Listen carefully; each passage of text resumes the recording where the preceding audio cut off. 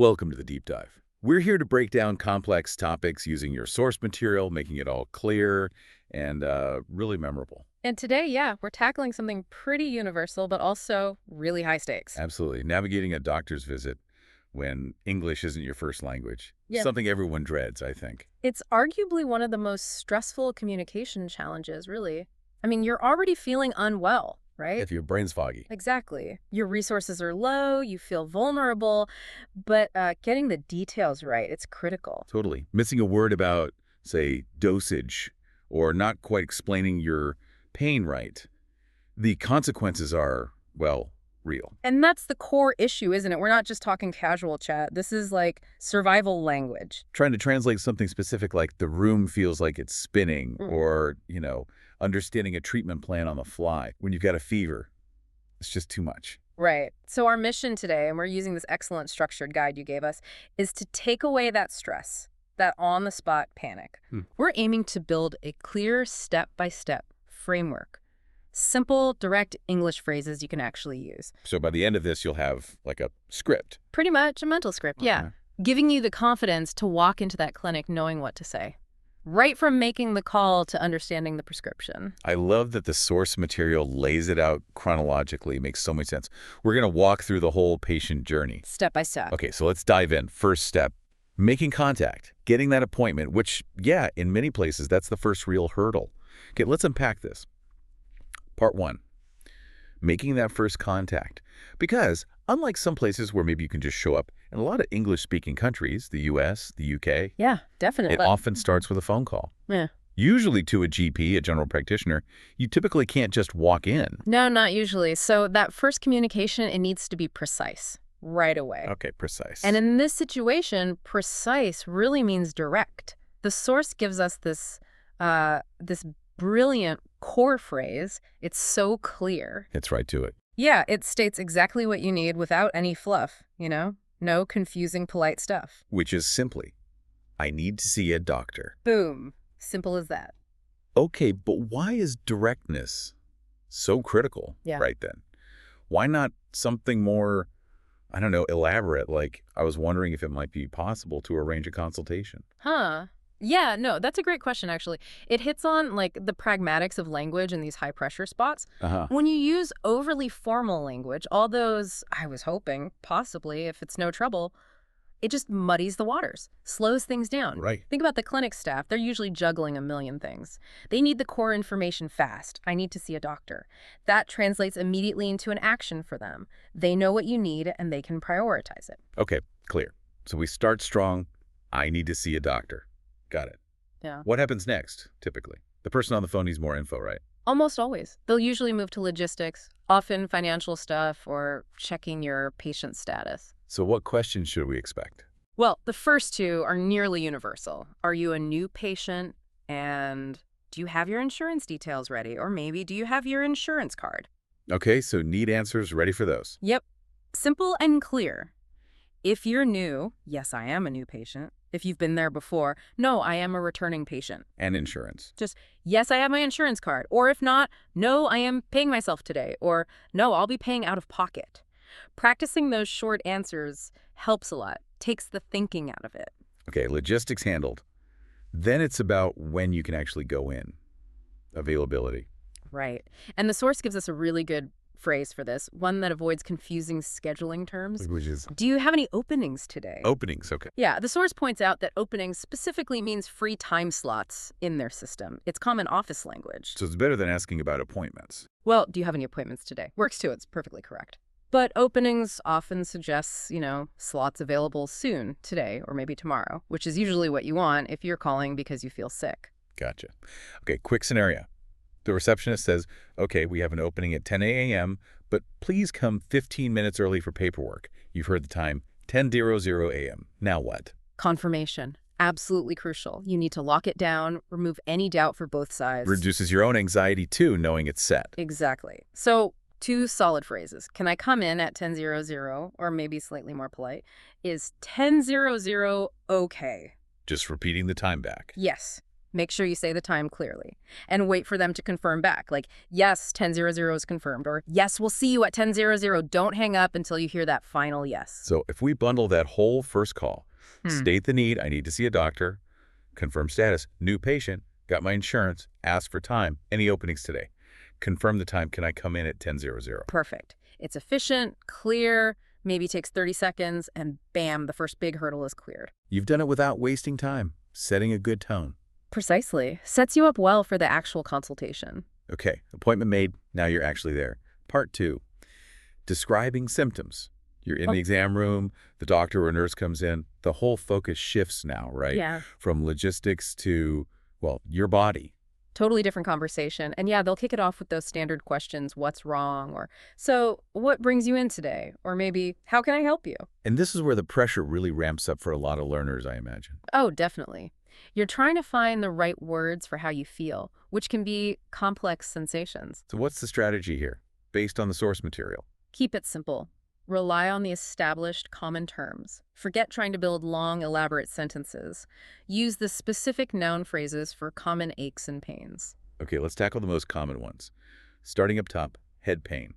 The source gives 2 options. Yep, both perfect. The noun phrase, I have a headache. Clean, simple, everyone understands it. Or maybe even simpler, use the verb, my head hurts.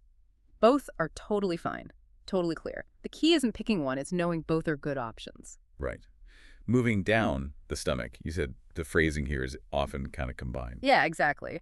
While my stomach hurts is fine, the more common, sort of culturally standard phrase is, I have a stomach ache. Like it's one concept, stomach ache. Pretty much, yeah. It functions like one word often. And if it's your back, same simple structure. I have back pain, or just my back hurts. So the pattern is body part plus hurts. Mm. Or I have plus of azanin plus type of ache pain. That's the core structure. Keep it simple. Okay, what about those times when it's not a specific spot hurting, but you just feel off, generally unwell?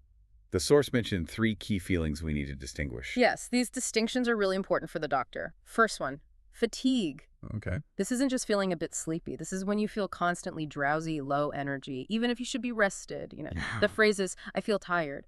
It signals something systemic about your energy. Got it. Now contrast that with feeling like the room is moving or you're unsteady. That sounds serious. It can be, yeah. And the specific word is crucial. That sensation is, I feel busy. Dizzy. Yeah. Not just tired. Right. It's a critical difference. Feeling tired might suggest, I don't know, anemia, maybe just poor sleep. But feeling dizzy, that points the doctor towards possible inner ear issues, blood pressure problems, maybe even neurological things. They need that specific word, dizzy. Okay. And the third one, the general overall, I'm not well feeling. That's the catch-all. I feel sick. Simple. Very simple, but essential. It covers everything from nausea, like feeling you might vomit, to just general body discomfort. It tells the doctor immediately, you're not functioning normally. Right. Okay, let's add some more active symptoms. Like if you're sneezing, coughing, head and chest stuff. Good ones. For the throat, if it hurts when you swallow, I have a sore throat. Sore throat. For your nose, if it's, dripping, I have a runny nose. Runny nose, got it. And for the chest, the airways, I have a cough. Okay, cough. And the source points out something useful about cough. You can easily add how long it's been happening. Duration. Right. Yeah, just add it on. I have a cough and I've had it for, say, 5 days. Or I've had this cough since Tuesday. That duration info seems really important. Yeah. Which leads us to the doctor's next questions, right? Right. Context and timing. Exactly. Once you've listed the what, they need the how long. So they'll ask. The standard question is, how long have you felt this way? Notice the tense, have felt. It connects the past start to the present moment. Okay. And the answer should be? Simple time markers. Mirror their time frame for 2 days since last Tuesday, about a week. Just the time frame. Short and sweet. Okay. What else do they usually ask? Temperature? Yep, standard check. Mm-hmm. Do you have a fever? Meaning, is your body temperature higher than normal? And the answer? Simple yes or no, maybe add, I think so. So, yes, I think so, or no, I don't think so. Or if you know, yes, I took my temperature, it was 101, or, 38 Celsius. Okay. And one more crucial question, especially for pain. Yes. Have you taken any medicine? Why is this one so important? Well, a couple of reasons. First, whatever you took might be masking some symptoms, hiding the real picture. Second, they need to know what's already in your system before they prescribe something new to avoid bad interactions. Right, makes sense. So, clear answers again. Absolutely. Yes, I took some pain medicine this morning. Or just, no, not yet. And crucially, if you take regular medication for something else, like high blood pressure or diabetes, You have to mention that. you absolutely must mention it then. Yes, I take medicine for my blood pressure every day. That's non-negotiable info. So the big takeaway from this whole section on symptoms, like the source material emphasized, is really about keeping it simple. Avoid complexity. Absolutely. It's a high-pressure moment. Clarity beats fancy language every single time. Stick to those short sentences. Yep. Subject, verb, object. I have a cough. My back hurts. For 3 days. If you try to build long, complex sentences, you risk making grammatical mistakes that could confuse things. Short, clear, declarative sentences.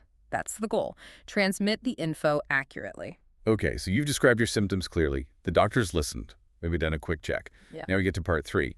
Diagnosis and treatment. This is where some medical jargon might pop up, right? Can feel a bit intimidating. It can, yeah. But the source does a great job breaking down the 3 most common diagnoses for everyday illnesses. Things that cover most non-serious stuff. Demystifying them helps a lot. Good. Let's start with the mildest one. The cold. If it's mostly sneezing, runny nose, maybe a slight cough.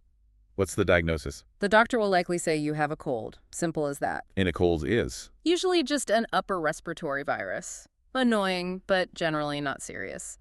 The source reassures us it often goes away on its own. Symptoms are mostly in the head and throat. Okay, just a cold. Now, level up in severity if it feels like it's hit your whole body.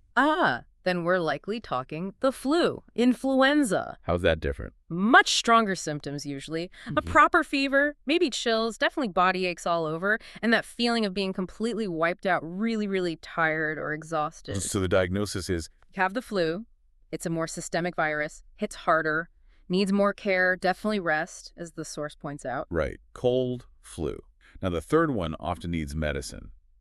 Infection, like a really bad sore throat. Exactly. If the doctor suspects bacteria are involved, maybe they look at your throat and it's very red, inflamed, maybe white spots. They'll say, you have an infection. And the key difference here is the treatment, right? Precisely. Colds and the flu are viruses. Rest, fluids, maybe symptom relief. But a bacterial infection, that often needs specific medicine to kill the bacteria. Which introduces that really important word. Antibiotic. Okay, antibiotic. How is that different from just taking, say, Tylenol or Advil? Huge difference. Antibiotics are prescription drugs, specifically designed to kill bacteria. Over-the-counter pain relievers, like ibuprofen or acetaminophen, they just manage symptoms, the pain, the fever. They don't fight the actual bacterial cause. Got it. So if the doctor says antibiotic, it means it's likely bacterial, and you need this specific medicine. Correct. They might say, I'm giving you a prescription for an antibiotic. That confirms it. Okay, diagnosis understood. Now, the treatment plan usually starts with getting the medicine itself. Right. The doctor will say something like, I'll give you a prescription. And the prescription is? It's the official, the authorization. Could be a piece of paper, could be sent electronically to the pharmacy. But that's the word you need. Prescription. You take that to the pharmacy to get the actual medicine. Okay, got the prescription. Now comes maybe the most critical part. How to take the medicine. The dosage instruction. Absolutely critical. Misunderstand this and the medicine might not work, or worse, you could take too much, which can be dangerous. So what are the common phrases we need to listen for? The source highlights the most common time-based ones. Take this medicine twice a day. Meaning? 2 times every 24 hours, usually morning and evening. Okay. Or take this medicine 3 times a day, meaning 3 times spread through the day, maybe morning, midday, evening. These are really common instructions. But it can get more specific, right? Like about food. Definitely. You really need to listen carefully here. You might hear, take this with food. Meaning eat first. Yeah, or take it during your meal. It usually means the medicine can irritate your stomach otherwise. Or you might hear, take 1 pill every 4 hours or every 6 hours. That sets a minimum time between doses. What about as needed? Good one. Take. As needed for pain. That means you only take it if you have the pain, not on a fixed schedule, but usually there's still a limit, like as needed, but no more than every 4 hours. Okay. And for antibiotics, there's that instruction about finishing them. Crucial. You might hear, finish the bottle, or complete the course, or take all of this medicine until it's gone. Even if you feel better after a few days, you must finish all the antibiotic pills. Stopping early can let the bacteria come back, sometimes stronger. That's super important. Okay, so listen carefully for how many times a day, with or without food, specific hours as needed, and finish the course. Those are the key dosage elements. And regardless of what's wrong or what medicine you get, there's always that piece of universal advice, isn't there? Yes. The doctor is almost guaranteed to say this. The source calls it the mandatory next steps. Which are? Drink lots of water and rest. The classic. It's a cultural constant in medicine, it seems. Hydration and letting your body recover. Even if you only understand those few words, you know the basic plan. Take it easy, drink fluids. All right, we've covered appointments, symptoms, diagnosis, treatment. Now, let's circle back to something tricky. Describing pain in more detail, part 4. Specifics of pain. It's just hard, isn't it? Even in your first language. It really is. Pain is so subjective. But thankfully, when words get difficult, there's a very simple, very effective method. The source highlights this practical solution. Which is just pointing. Exactly. Point directly to where it hurts and say, it hurts here. Simple. Effective. Bypasses any language barrier for location. Instantly tells them where. But often, the doctor needs more. They need to understand the quality of the pain. What does it feel like? This helps figure out what might be causing it: muscle, nerve, bone, organ. Okay, so they might ask for more description. What's the most common question about pain quality? The classic one you need to be ready for is the pain sharp or dull? Okay, sharp versus dull. Let's break those down. They're really key diagnostic words. What does sharp pain feel like? Sharp pain, as the source describes it, is quick, intense, sudden, like a jab or a needle prick, or maybe a set of electric shock feeling. Ouch. And it suggests? Often suggests something acute, focused, maybe a new injury, a tear, nerve irritation, something like that, usually in a specific spot. Okay. And the opposite, dull pain? Dull is more of a constant, persistent ache. Maybe throbbing, maybe like a pressure. It's usually less intense moment to moment than sharp pain, but it hangs around. Like a heavy feeling? Yeah, or constant soreness, often spread over a wider area. It might suggest inflammation, muscle strain, maybe a more chronic issue. Right. Sharp, quick, intense, dull, constant aching. What if those words are still confusing in the moment? Good point. The source gives a great fallback. Yeah. If sharp and dull aren't clicking, you can simplify. Just say, it's strong or it's not so strong. Clarity over specific jargon again. Always. Strong or not so strong gets the basic intensity across. Which leads perfectly into the other way. Doctors measure intensity. The 1 to 10 rule. Yes, the pain scale. Almost guaranteed they'll ask this. On a scale of 1 to 10, how bad is the pain? Or how bad is it 1 to 10? Need to understand this scale. Absolutely. One is basically no pain or very, very mild pain, like barely noticeable, maybe a tiny itch. Okay. And 10? 10 is the absolute worst pain imaginable. Unbearable, maybe it makes you cry out, can't think of anything else. Emergency level pain. So you need to pick a number between 1 and 10. Exactly. And the answer they need. Just the number. Just the number. It's a 7, maybe a 4. Right now it's an 8. That number instantly tells them the severity. No need for complicated sentences about how bad it is. But you mentioned something really important here, a cultural point about reporting the number. Yes, this is crucial. Many people may be from cultures that value, being tough or not complaining. Stoicism. Yeah, stoicism, or just politeness. They tend to underreport their pain. They might feel an 8, but say 4 because they don't want to seem like they're exaggerating or being demanding. And why is that a problem? A big problem. Because the medical team takes your number seriously. It guides their decisions. You say 4 when it's really an 8, they might think, okay, manageable pain, maybe some standard pain relief. But if you say 8... If you honestly say 8, they think, okay, severe pain, we need to investigate this seriously, maybe stronger medication, maybe urgent tests. Your number directly affects the care you get. So, in this specific context, being brutally honest about your pain isn't being impolite. Not at all. It's medically necessary. It's for your benefit, your safety, your faster recovery. You have to be accurate. That's a really powerful insight. Okay, staying with vocabulary, what about other essential phrases? Things you might need unexpectedly during a visit. Contingency stuff. Right, practical things. First, safety. Allergies. You must tell them about any allergies. How do you phrase that? I am allergic to X, so I am allergic to penicillin, or I am allergic to codeine. If you don't know the English word for what you're allergic to, maybe write it down, point to it on a list if you have one, find a way. It's critical. Okay, allergies first. Second, after you get the prescription. You need to know where to go. Ask, where is the nearest pharmacy? Or maybe, where can I fill this prescription? Good point. Don't just walk out without knowing the next step. Third, what about needing proof you were sick? For work or school? Yes. The doctor's note or sick note. You need to ask for it specifically. Can I have a note for work, please? Or I need a doctor's note for school. It's standard procedure they expect people to ask. Okay, allergies, pharmacy location, doctor's note. Got it. Let's quickly recap the core vocabulary we've pulled from the sources overall. The absolute must-knows. Okay, quick fire. Symptoms: fever, High temperature, sore throat, hurts to swallow, runny nose, congestion, dripping, back pain, ache in your back, stomach ache, pain in your belly.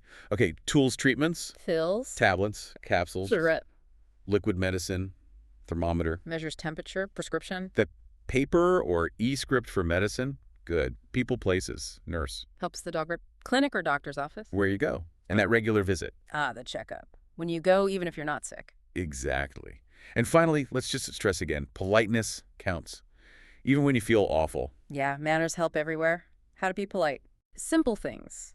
Need attention. Start with, excuse me. Like, excuse me, I don't feel well. Asking for something. Can you help me, please?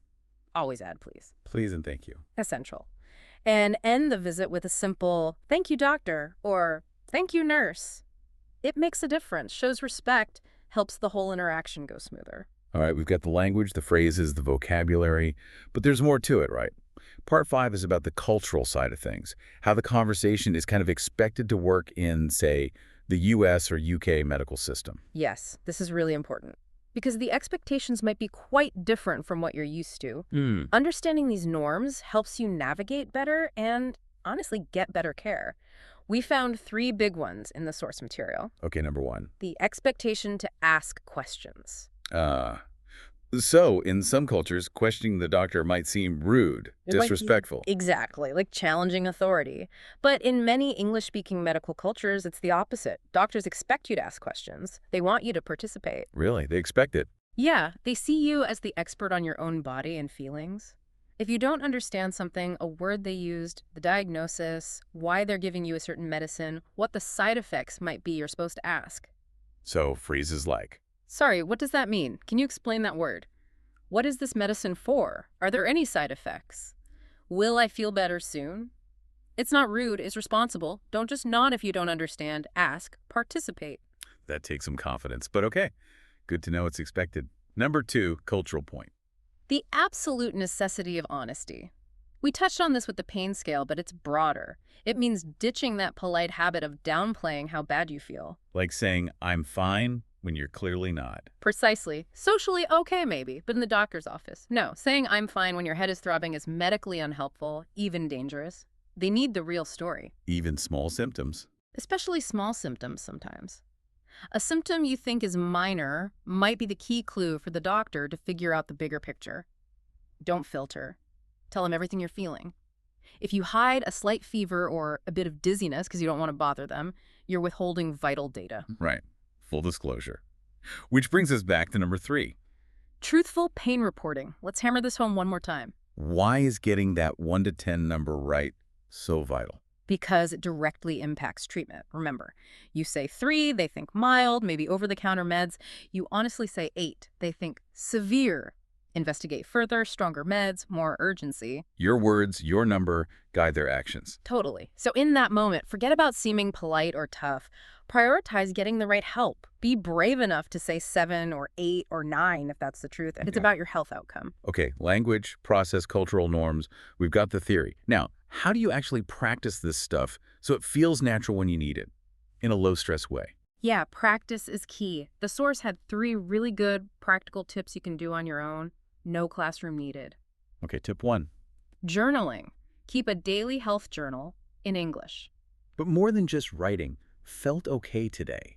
How to make it useful. Focus on using the specific vocabulary we talked about. Practice those sensation verbs and the duration phrases. So instead of knee hurt, right, I had a sharp pain in my right knee today, or my headache lasted for 3 hours this morning. Using the target phrases. Exactly. Force yourself to use headache, cough, dizzy, tired, sore throat for 2 days since yesterday. Write full sentences. It embeds the vocabulary in your active memory. Makes sense. Tip 2. Speaking aloud. Practice actually saying the phrases best place in front of a mirror. Why the mirror? It helps with pronunciation, confidence, makes it feel a bit more real. You're talking to someone, even if it's yourself. So role play. Absolutely. Pretend the mirror is the doctor or the receptionist. Go through the whole script in your head. Say aloud, I need to see a doctor. Then, I have a sore throat and a fever. Practice the answers. Yes, I am a new patient. No, I haven't taken any medicine. Get your mouth used to forming the words. Exactly. Reduces that hesitation when you're doing it for real under pressure. Okay. Journaling. Speaking aloud. Tip 3. Listen and repeat. Go back to the core phrases, the really essential ones. Listen to them, maybe record yourself saying them, and repeat them aloud. Like drilling. Kind of, yeah. But it builds automaticity, muscle memory for your mouth and brain. Practice the dosage stuff. Take this medicine twice a day. Practice confirming. Is 10 mono 0 okay? The less you have to consciously think about retrieving these simple phrases when you're sick, the better. So journal, speak, repeat. The 3 pillars. That's your preparation toolkit. Wow, okay. We've really covered the whole journey, haven't we? From making that first call, describing symptoms, understanding diagnoses and treatments, getting specific about pain. To the cultural nuances and even how to practice. Yeah.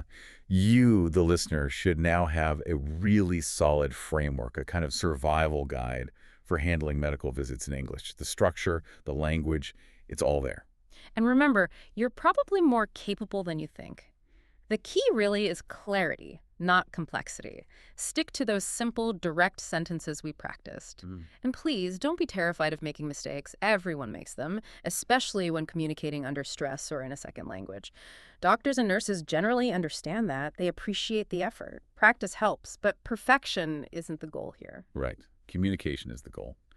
Which brings us back to that central theme we kept hitting on, especially with the pain scale. Vulnerability and honesty. Exactly. The sources really emphasized how crucial being honest is for getting the right diagnosis, the right help, and healing faster. So as we wrap up, we want to leave you with one final thought to chew on, building on that idea. If the whole point of going to the doctor is to get an accurate diagnosis and the right treatment, then think about this. How much less important is perfect grammar or a flawless accent compared to having the courage to be vulnerable and truly honestly communicate how bad you feel, especially that pain number, even if the language feels unfamiliar? That puts it in perspective. Focus on the meaning, not the perfection. Focus on the honesty, the accuracy of your feeling, that number on the scale. That's what gets you the help you need. That's the real survival skill here. Powerful final thought. Prioritize truth over linguistic perfection in that critical moment. Exactly. Stay well, everyone. Practice those phrases. And thanks for joining us for this deep dive.